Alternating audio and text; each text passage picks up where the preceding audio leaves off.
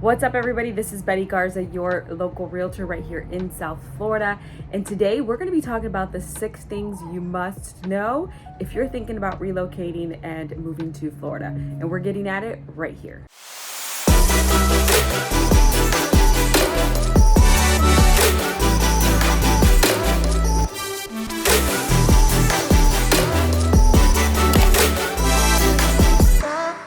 All right, so we're back, and today we're going to be talking about the 6 things you must know if you're someone that's thinking about relocating or moving to the state of Florida. There's so much going on. I know if this is something that you're thinking about doing, maybe it's next month, maybe it's 3 months from now, 6 months from now, a year from now, there's just certain things that you should know before actually making that final decision about moving to South Florida. On this channel, I talk about everything you need to know about living in South Florida, living, eating, sleeping, playing, working, everything about here in South Florida.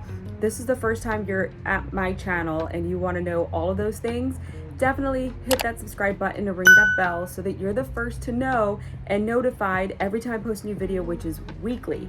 On this channel, it's everything about South Florida, living here, different neighborhoods, cost, everything you need to know. Me and my team specialize in helping people relocate here. We get phone calls, emails, text messages every single day, and we absolutely love it.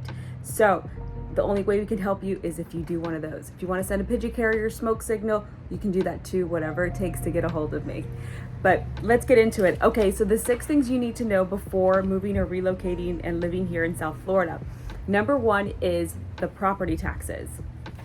So the one thing about that is actually a benefit to living here in South Florida is about the property taxes is that you can do something called homestead. When you homestead your property taxes, you're actually saying that this is your primary residence, or you at least live here in the state at least 6 months and 1 day. And with that, you get a $50,000 discount on your property taxes. So property taxes are based on assessed value. It's not based on the purchase price of the property, but sometimes that can range, especially if you're buying a home that someone has lived in for a long time. If they bought the property 10, 15, 20 years ago, they definitely bought it at a different price. So when you come in and you purchase, as you know, the market went a little crazy the last 2 years and prices have gone up. So with that, once the new purchase price goes into play or, gets recorded to the county, then of course that assessed value goes up, and then in that case your property taxes go up. With that being said, once you purchase, let's say we're in the middle of January and you close by mid-February, you should be able to still then file for your homestead taxes. The only thing is that you do have to make the change on your license, make sure that you get a copy of your warranty deed, which you do at closing, and with that information you should have some time to still file. If you can't do it this year in 23, then make sure you have a total of 2 years to then file for those homestead taxes, and just make sure that you get that done so that then that discount can apply. The average saving is about $750 a year.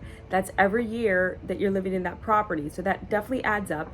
And also by homesteading your property taxes, they cannot raise those taxes more than 3% every year. So it puts in play that cap. So this is a huge thing with property taxes. As they have gone up a little bit over the last few years, people are seeing an increase everywhere. It just depends where exactly you are in the area or what county, what city.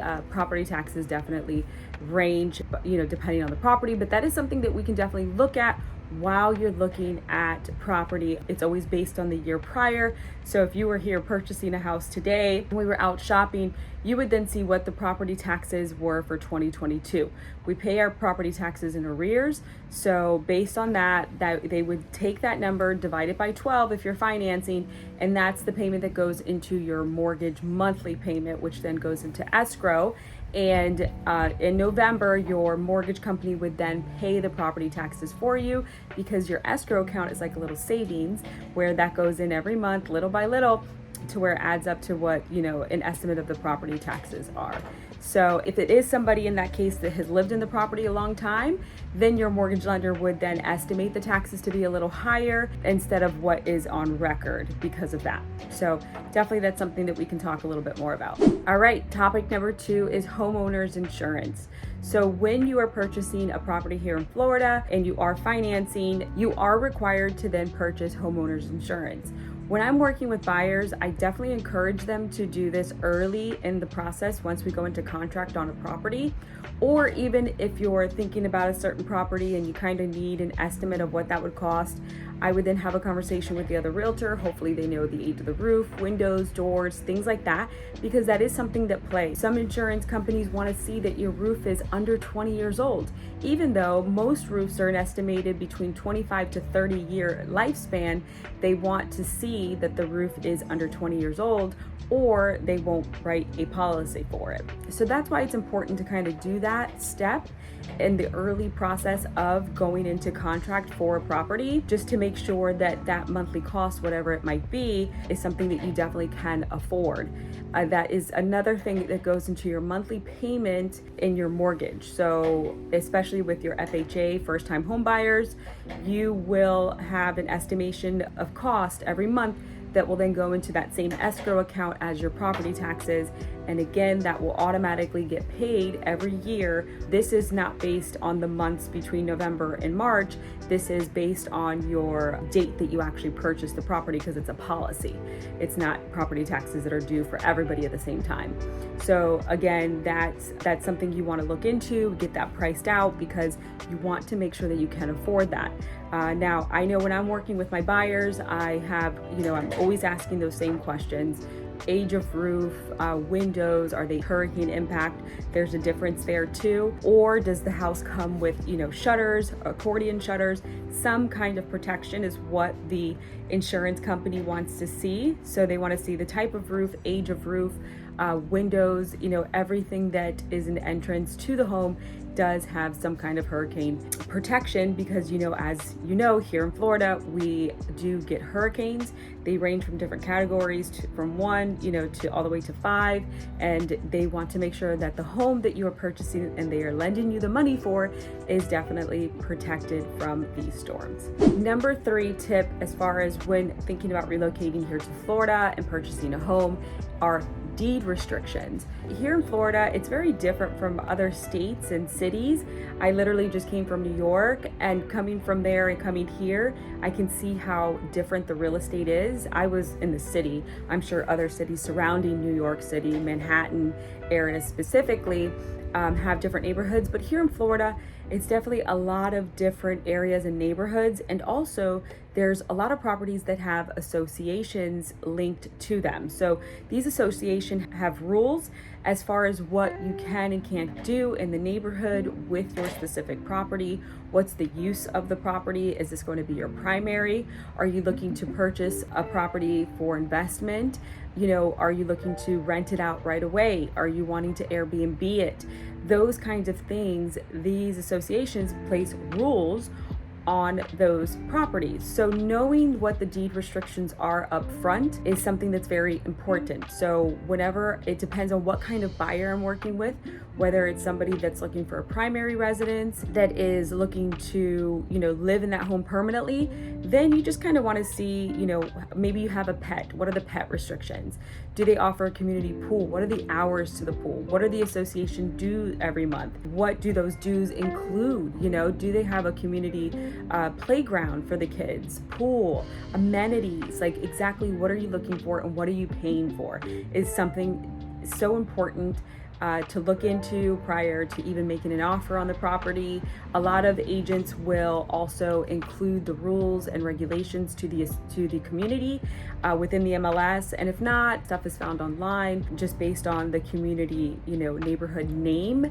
And sometimes they have property management companies that put those documents right online that we have easy access to. And if not, it's an easy phone call to the other realtor that I can make to then ask, where could we find that information? And if you don't do it prior, maybe it's a property that's hot and popping and a lot of people are interested in, and we know that we need to get an offer in right away, then we want to make sure we know those rules and regulations within the inspection period, which is anywhere between 5, 7, 10 days of going into contract. We can get that information just to make sure that you're still comfortable with the rules and regulations of that community. Condos tend to be a little bit more strict, even with financing. A lot of FHA buyers here in Florida condos have to be pre-approved for FHA financing. But if you're a conventional or cash, no biggie, but you definitely still want to know the restrictions that are going to be applied, especially if you're living there full time.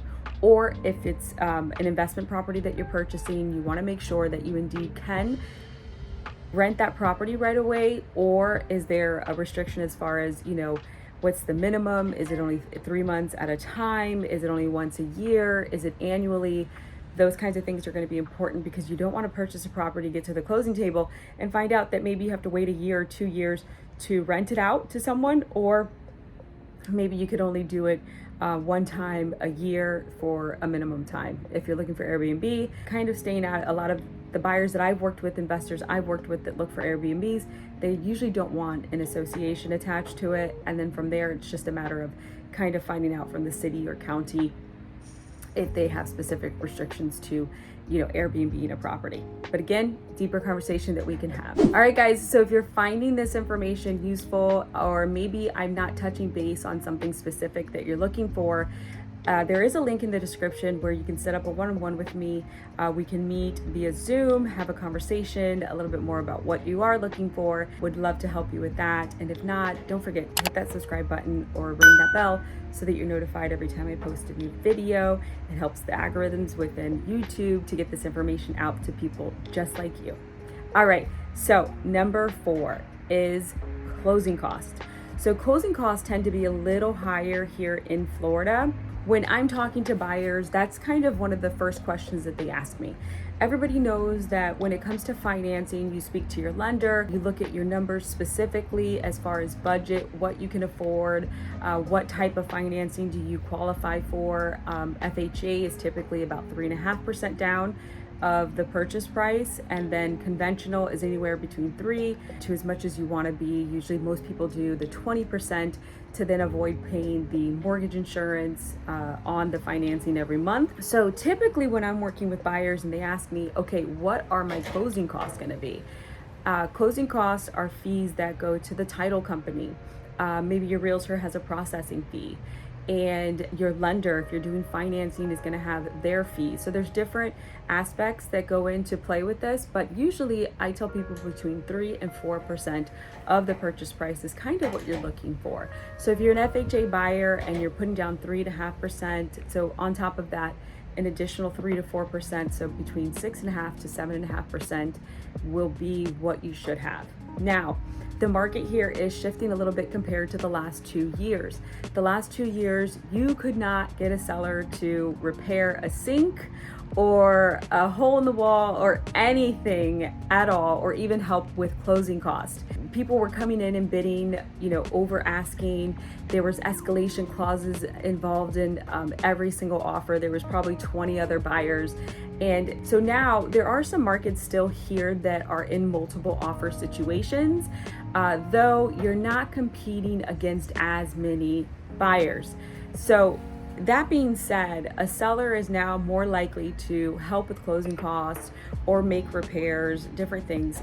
Buyer and sellers are kind of working together, meeting in the middle and making deals work a little differently compared to the last 2 years. So that's good news. So, if you are a little shy of having all your closing costs and down payment, there is hope. We can, intend to ask a seller to help with those costs.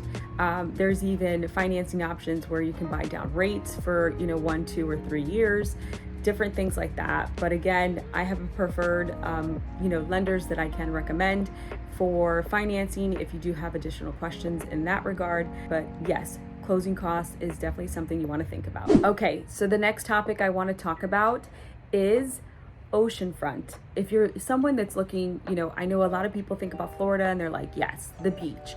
I want to, live on the beach. I want to live near the water, whether it's a walking distance or maybe it's right on the water. but there are different rules that go into play, especially if you're going to be living right on the water. Understanding those laws in as far as living on the water is something that's going to be important. Just like deed restrictions and things like that, finding out this information is something that you want to do, whether it's during the inspection period or prior to going into a contract and making an offer and all of that. You want to find out exactly what it is. For an example, with, on our beaches, there's a lot of turtle nest and turtle season that goes into play here. And during those turtle seasons, you can't even have light on in your backyard, on the water, or on the shore at all, because the turtles tend to go towards light. There's a whole thing about the moon and how this whole process works for the turtles. And there aren't many beaches out there where turtles can go and lay their eggs and have them hatch and things like that, but Florida is known for this. So they take it very serious. These rules are definitely put in place for a reason. So during that time, you can't have any lights on, so you need to know, are you within that area? Does that happen? When what are the months? What are the times? Things like that. So that's an example of knowing a restriction as far as when purchasing property on the ocean. Also knowing, what kind of access is going to apply to that specific property. It's going to be private property, but what kind of access do people have? Could there be a chance where people, can go onto your, specific area in the beach? What are the public accesses that are nearby? Those kinds of things are definitely important as well. Another rule as far as with living on the ocean is that there are certain trees and shrubbery that you cannot cut down or get rid of without some kind of permit or permission. This is a big deal because if you're when you're looking at the property, you're like, oh, I definitely don't like those trees, I don't want those there. You need to find out, is it something that can be cut down and taken out just on your own by hiring a company, or is it something you need to get permission for? So a lot to think about when buying oceanfront. All right, so topic number 6 is really getting to know the areas and neighborhoods. If you're from another state, another city, you really want to come into town and spend time in these different neighborhoods and cities to make sure that it is a right move for you. What happens is that a lot of people tend to move here, and then, whether they're spending time here from the months of November to February, March, because it's cold from where they are, and they spend those months here, those months are very different compared to like the summer months and things like that. The weather's different, temperatures are different. A simple walk from your car to your front door is just completely different. So you want to make sure that Florida and the areas that you're going to move to is indeed the perfect location for you before actually making that decision. So come into town, do some driving around. Even if you're like at least 3 to 6 months out of actually writing a contract and figuring out exactly where you want to be, come into town, spend some time here. Go look at different areas, see where the local grocery store is, where your gas stations are, more or less. Like if you're with a company that you'll be transferring with, what will that drive be like? What's the traffic like?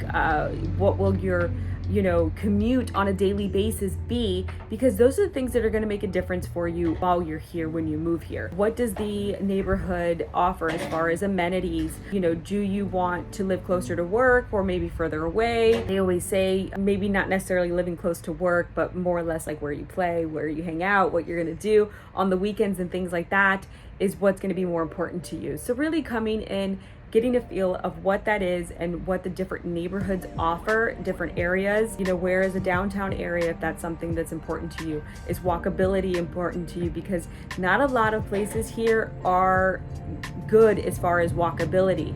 Here in Florida, like I told you, I was in New York recently, and there everything's walkable. I stayed right in the city. So if you want to go do groceries, you got to go do laundry, you have to, you don't necessarily have a car to put gas in. Having a car here in Florida is something that's definitely important and something that's going to be a part of your life, unless you can afford those places in the city, downtown, where things are, walkable and close enough for you to do that. So definitely getting a feel coming into town and seeing what that's going to be like is something that is very important. And if, driving and dealing with traffic and commuting without public transportation, because public transportation here is not necessarily set up as good as other cities. Schedules change. I've heard people complain about stuff like that. So that's all going to be a big aspect for you if public transportation is something you're going to be utilizing. But definitely just, getting to know exactly what your day-to-day basis will be if things have to change for you. So that's number 6. I feel like that's definitely something that's important and people don't necessarily think about. All right, guys, so that's the 6 negative topics, things that you really should think about before relocating or moving to Florida.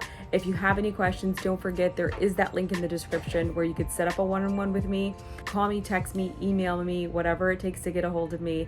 My team wants to help you relocate and find the best place for you. Remember, I'm a native here. I know the ins, the outs, the good, the bad, the pretty, the ugly. Until next time, I'll see you guys. Bye.